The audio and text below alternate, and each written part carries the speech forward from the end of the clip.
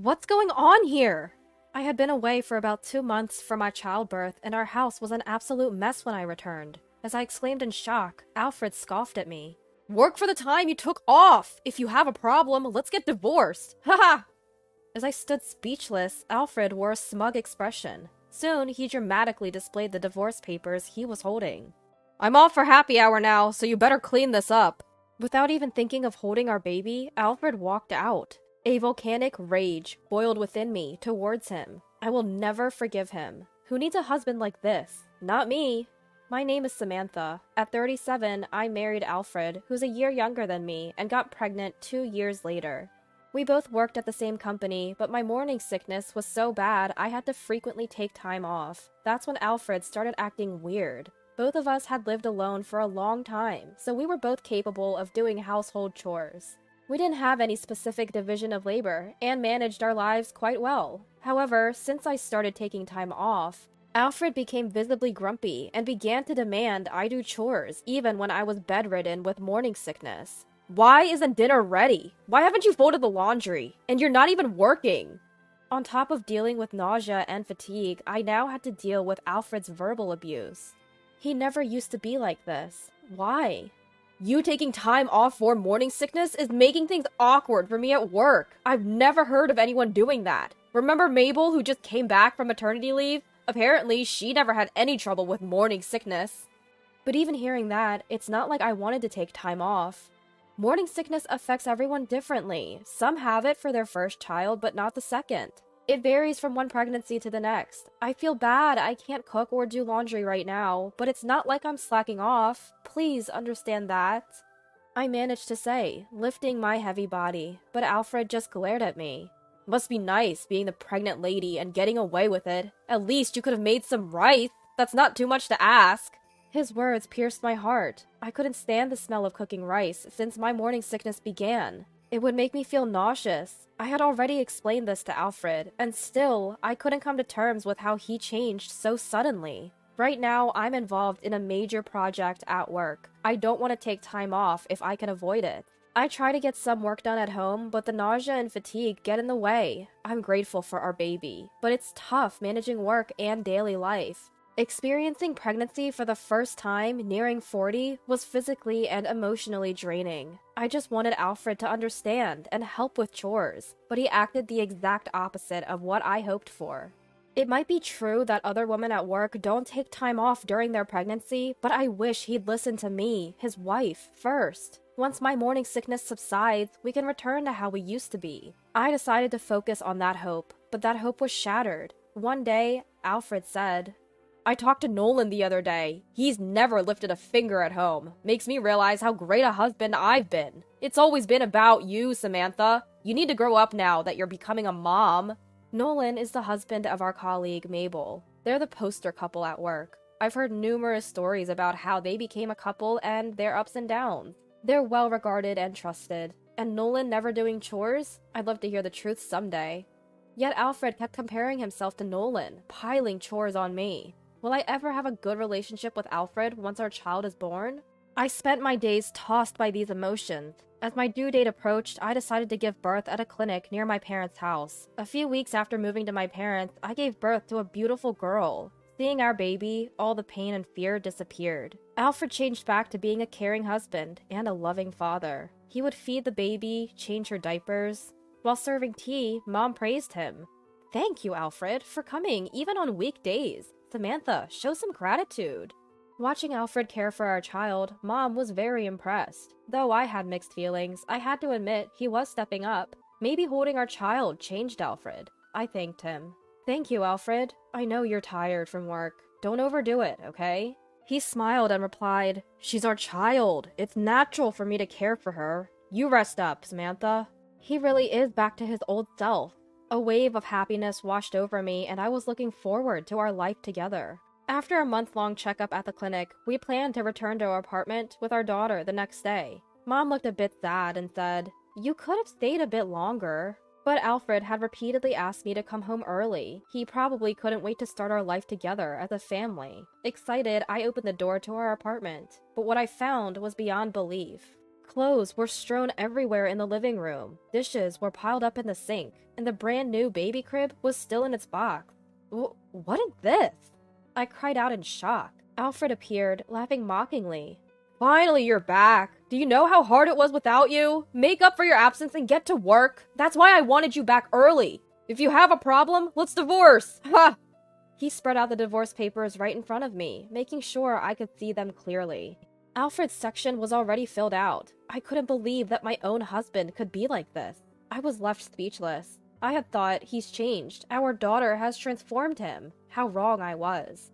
Without uttering a word, Alfred headed for the door. I'm off for happy hour. If you don't want a divorce, better clean up.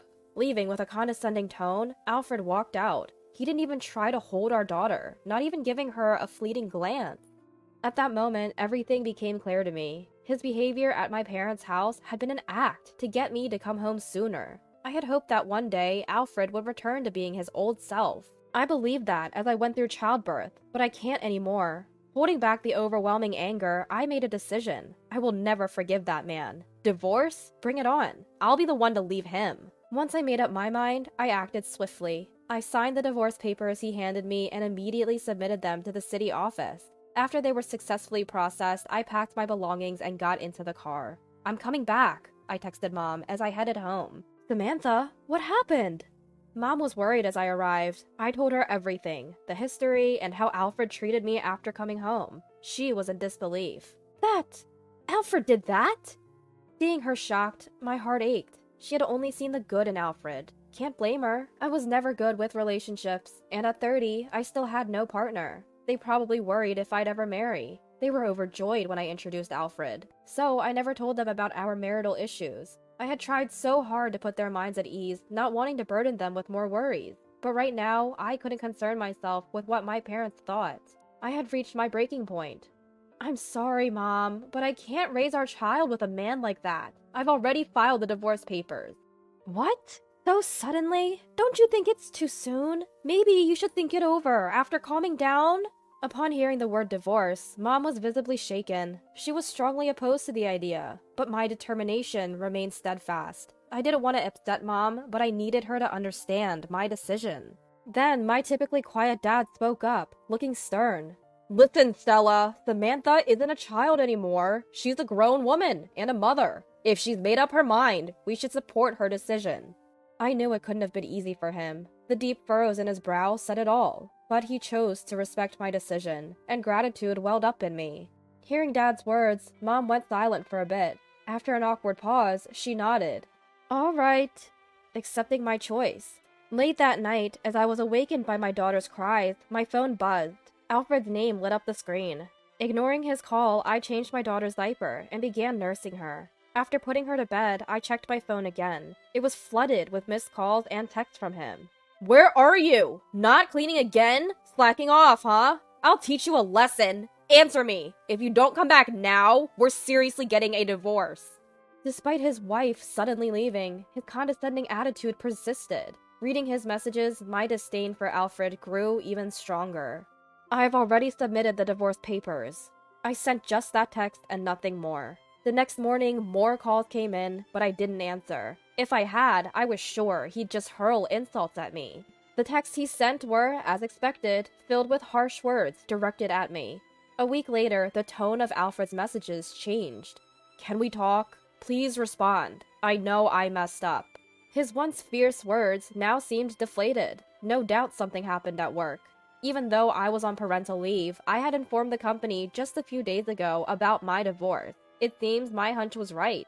Among the texts from him, there was a message from Nolan. I'm sorry, my messages may have led Alfred astray, especially during such a challenging time for you. I learned from a call with Mabel what had transpired. Apparently, when word of our divorce got out at the company, Alfred tried to paint me as the villain. It's my lazy wife who's at fault, right, Nolan? You've never helped with chores at home, right? It's wrong for men to do housework. Alfred had hoped to rally Nolan to his side with those comments. However, Nolan responded with clear disgust, reprimanding Alfred. I don't believe housework is just a woman's job. Couples should cooperate. That's why I never said I helped. Doesn't mean I don't do it. Don't twist my words to fit your narrative.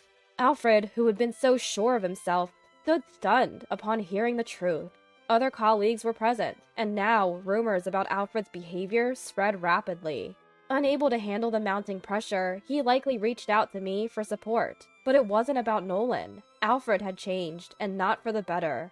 He demanded that I do housework, even when I was weakened from morning sickness, made me clean, and do laundry when I couldn't move freely due to my growing belly, and commanded me to clean our messy home right after I came back from childbirth. No matter how much he apologized now, my feelings would not waver. I decided to completely ignore him, but Alfred wouldn't give up. One weekend morning, he showed up at my parents' home. When I opened the door, he began apologizing profusely. "I'm sorry! It was my fault! Please, give us another chance!" Seeing him so desperately apologize, I was taken aback. This was the man who had looked down on me for nearly a year. When I remained silent, Alfred continued. "Nolan corrected me. It's not that he never helps with housework, but he sees it as a given, not something he helps with. I misunderstood and took it out on you, Samantha. But from now on, I promise I'll change. I'll do my part in housework and child rearing. Let's try again." "You're the liar here." I immediately pointed it out, and Alfred blurted out, "What?" in a dumbfounded tone. I was deeply exasperated by my poor judgment in choosing him as a partner. There's no way I could ever reconcile with such a man. I glared at Alfred and sternly said, "You know, I got a message from Nolan and Mabel, so I've known from the start that you misunderstood what Nolan said. But the thing is, you conveniently interpreted it to push all the household chores onto me. That's all on you, isn't it? Can you not act like Nolan misled you? You're just too selfish." At my words, Alfred looked shaken, but it seemed he still hadn't given up. I'm sorry. It was my fault for misinterpreting. Please. So, no matter what you say, my feelings won't change. Just leave now." I cut off Alfred's words and coldly sent him away. This time, Alfred clung to my arm in desperation. "Please, hear me out. Things are tough at work now. Nolan's family looks down on me, and everyone else is cold. If we can mend our relationship, maybe they'll change their minds." I see. So that's what it is. This man, after all, is just that kind of guy. Only thinking of himself. A truly despicable man. You're always thinking about yourself. Grow up. Face the consequences of your actions. I forcefully shook off his grip. He collapsed to his knees, burying his face in his hands. In the end, my father had to escort him out. A year passed. My daughter started attending daycare, and my maternity leave ended. The idea of working with Alfred again made me uneasy. However, I wasn't willing to let go of what I'd built for his sake. When I returned, everyone welcomed me warmly. At that point, I came to a shocking realization. Turns out, Alfred had left the company more than half a year ago. Apparently, he couldn't stand the looks he got and decided to leave. Later, he sought refuge at his parents' home, but his older brother's family was already living there, making things uncomfortable. Given his age, he struggled to find another job. Now he's responsible for all the household chores at his parents' house. As for me, I'm working hard to regain the skills I lost during maternity leave. With my parents' support, I'm managing both work and childcare. I'll continue to give my all every day for my daughter.